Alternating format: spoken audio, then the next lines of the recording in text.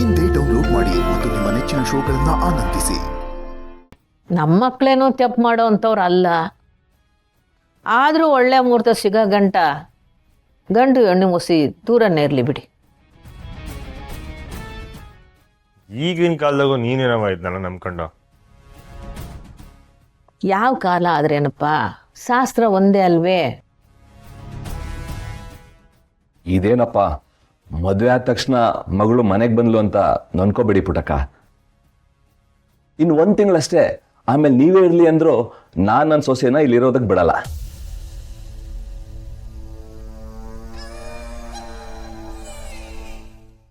ಆಹಾ, ಡೌಗಾರ ಪರ್ಮನೆಂಟ್ ಆಗಿ ಈ 3 ಅಡಿನ ಮಗನಿಂದ ದೂರ ಮಾಡಕ್ಕೆ ಪ್ಲಾನ್ ಮಾಡವನೆ.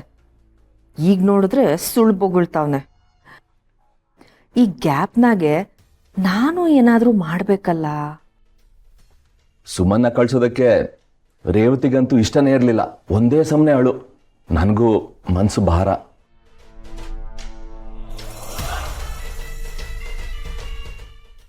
ಆದ್ರೇನು ಮಾಡೋದು, ಬಿಟ್ಟು ಬರೋದಕ್ಕೆ ಬರಲೇಬೇಕಾಯ್ತು. 1 ತಿಂಗಳಾದ್ಮೇಲೆ ಒಂದು ಒಳ್ಳೆ ಮುಹೂರ್ತ ನೋಡಿ ನನ್ನ ಸೊಸೆನ ಅಲ್ಲಲ್ಲ ನನ್ನ ಮಗಳನ್ನ ವಾಪಸ್ ಕರ್ಕೊಂಡು ಹೋಗ್ತೀನಿ.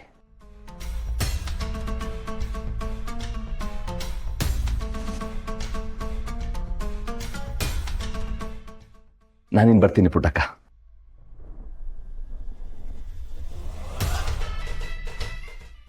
ಇವರಿಬ್ರು ಒಟ್ಟಿಗಿರ್ಲಿ ಅಂತ ಈಟೆಲ್ಲ ಶ್ರಮ ಪಟ್ಟು ಮದುವೆ ಮಾಡ್ಸಿದ್ರೆ ಇದೇನು ಹಿಂಗಾಗೋಯ್ತು? ನನ್ನ ಮಗ ಸ್ವಾಮೀಜಿ ನನ್ನ ಕೈಗೆ ಸಿಕ್ಲಿ ಆವಾಗೈತೆ. ಅಳಿ ಅಂದ್ರೆ 1 ತಿಂಗಳು ಅಟೆನೆ ಅಲ್ವಾ, ನೋಡ್ತಾ ಇದ್ದಂಗೆ ಮುಗಿದೋಯ್ತದೆ.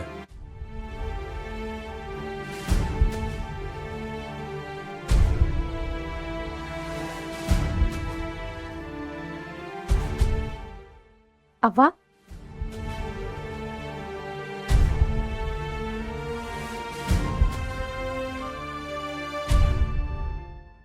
ಪುಟ್ಟಮ್ಮೆ, ಇದಕ್ಕೆ ಚಿಂತೆ ಯಾಕೆ ಮಾಡಬೇಕು? ಎಲ್ಲ ಒಳ್ಳೇದೇ ಆಯ್ತದೆ. ನೀವು ನಡ್ರಮ್ಮ.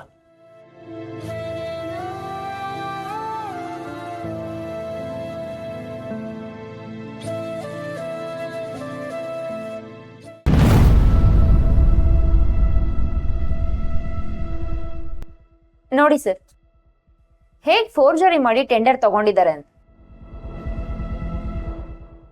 ಇದನ್ನ ಕಾನೂನು ರೀತಿಲೇ ಹೋರಾಟ ಮಾಡಿದ್ರೆ ನಮಗೂ ಕೆಲಸ ಬೇಗ ಆಗಲ್ಲ, ನಿಮ್ ಕೈಗೂ ಏನೂ ಸಿಗಲ್ಲ.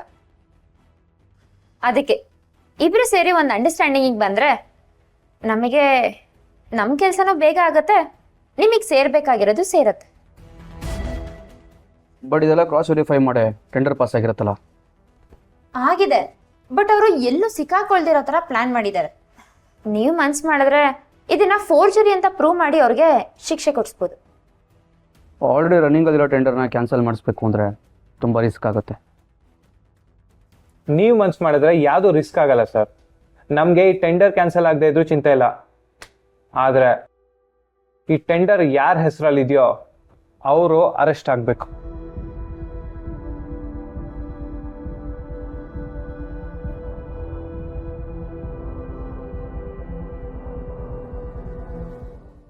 ತಗೊಳ್ಳಿ ಸರ್, ನಿಮಗಿದ್ ಸಾಲಲ್ಲ ಅಂದ್ರೆ ಇನ್ನೂ ಸಿಗತ್ತೆ. ಒಟ್ನಲ್ಲಿ ಈ ಟೆಂಡರ್ ಸಲುವಾಗಿ ಊರವ್ರ ಮುಂದೆ ಅವ್ರ ಮಾನ ಮರ್ಯಾದೆ ಹರಾಜಾಗಿ ಅವ್ರ ಅರೆಸ್ಟ್ ಆಗ್ಬೇಕು. ಅದನ್ನ ನಾನು ಕಣ್ಣಾರೆ ನೋಡ್ಬೇಕು. ಇಲ್ಲ ಅಂತ ಹೇಳ್ದೆ ಇದನ್ನ ತಗೊಂಡು ಕೆಲಸ ಮಾಡ್ಕೊಡಿ ಸರ್. ನಾನು ಒಂದ್ಸಲ ಕ್ರಾಸ್ ಎಕ್ಸಾಮಿನ್ ಮಾಡ್ತೀನಿ. ಸರ್, ಫೋರ್ಜರಿ ಆಗಿರೋದಂತೂ ಪಕ್ಕ. ನಿಮಗೆ ಬೇಕು ಅಂದ್ರೆ ಡಾಕ್ಯುಮೆಂಟ್ ಫೋರ್ಜರಿ ಮಾಡಿರೋ ವ್ಯಕ್ತಿನ ಹುಡುಕ್ಸಿ ಕರ್ಕೊಂಡ್ಬಂದು ನಿಮ್ ಮುಂದೆ ನಿಲ್ಲಿಸ್ತೀನಿ. ಹೇಗಾದರೂ ಮಾಡಿ ಸರ್, ಪ್ಲೀಸ್.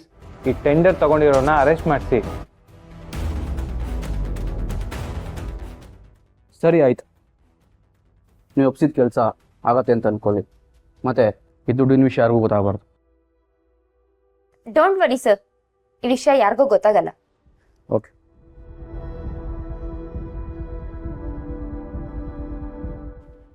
ಸರಿ ಆಗಿದ್ರೆ ನಾನು ನಮ್ಮ ಅಸಿಸ್ಟೆಂಟ್ಸ್ನ ಕಳಿಸಿ ನಿಮ್ಮ ಕೆಲಸ ಮಾಡಿಕೊಡ್ತೀನಿ. Thank you sir.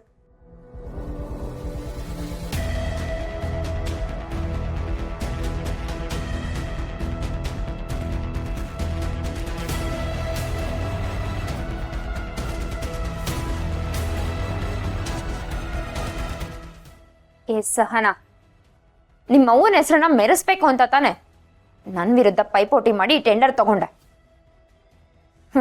ಈಗ ಇದೇ ಟೆಂಡರ್ ವಿಷಯ ಇಟ್ಕೊಂಡು ನಿಮ್ಮ ಅವ್ವನ್ನ ಜೈಲ್ ಪಾಲ್ ಮಾಡಲಿಲ್ಲ, ನನ್ನ ಹೆಸರು ರಾಧಾನೇ ಅಲ್ಲ.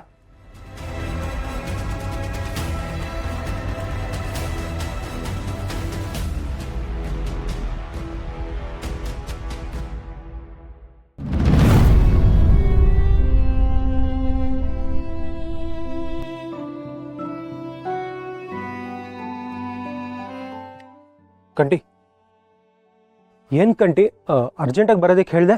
ನಿಮ್ದು ಒಂದು ಮುಖ್ಯವಾದ ವಿಷಯ ಮಾತಾಡ್ಬೇಕಿತ್ತು ಬಾವ. ಏನ್ ವಿಷಯ ಕಂಟಿ? ಅವ್ವನ್ ಸಾವು ಬಗ್ಗೆ. ಅವ್ವನ್ ಕೊಂದವ್ರು ಯಾರು? ಒಬ್ಬನ್ನ ಕೊಲ್ಲೋ ಅಷ್ಟು ದ್ವೇಷ ಯಾಕಿತ್ತು? ನಮ್ಮವ್ವ ಅಂತ ದ್ರೋಹ ಏನ್ ಮಾಡಿದ್ಲು? ಸೂಟ್ ಮಾಡಿದ್ ಸಾಲದು ಅಂತ ಈಸದ್ ಇಂಜೆಕ್ಷನ್ ಬೇರೆ ಕೊಟ್ಟವ್ರಲ್ಲ, ಅದು ಯಾಕೆ? ಕಂಟಿ, ಅದು ನನಗೆ ಬೇಕು ಅಂತ. ನಮ್ಮವ್ವನ್ ಕೊಲ್ಲಕ್ಕೆ ಅವ್ರಿಗೆ ಮನ್ಸಾದ್ರೂ ಹೆಂಗ್ ಬಂತು ಬಾವ? ನಿಮ್ಗೇನಾದ್ರೂ ಅವ್ರು ಯಾರು ಅಂತ ಗೊತ್ತಾಯ್ತಾ ಬಾವ?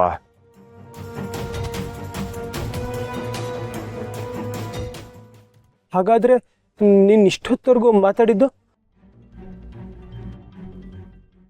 ನಂಗೆ ಈಸಿದಾಗ ಸಾನೆ ಗೊಂದಲ ಆಗ್ತಿದ್ದ ಬಾವ. ಪೊಲೀಸರು ಒಂದೊಂದ್ಕಿಂತ ಒಂದೊಂದು ಹೇಳ್ತಾವ್ರೆ. ಮೊದಲು ಮುಂಬೈಯಿಂದ ಯಾವನ ಬಂದು ಸೂಟ್ ಮಾಡ್ದ ಅಂದ್ರು, ಈಗ ಈಸಿದ ಇಂಜೆಕ್ಷನ್ ಕೊಟ್ಟು ಸಾಯಿಸವ್ರೆ ಅಂತ ಹೇಳ್ತಾವ್ರೆ. ಏನ್ ಬಾವ ಇದೆಲ್ಲ?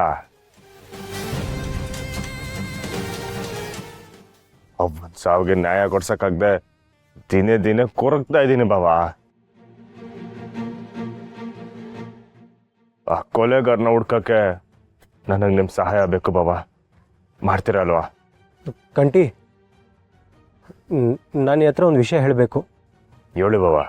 ಕಂಟಿ, ಅತ್ತೆಗೆ ಶೂಟ್ ಮಾಡಿದ್ದು ನಾನೇ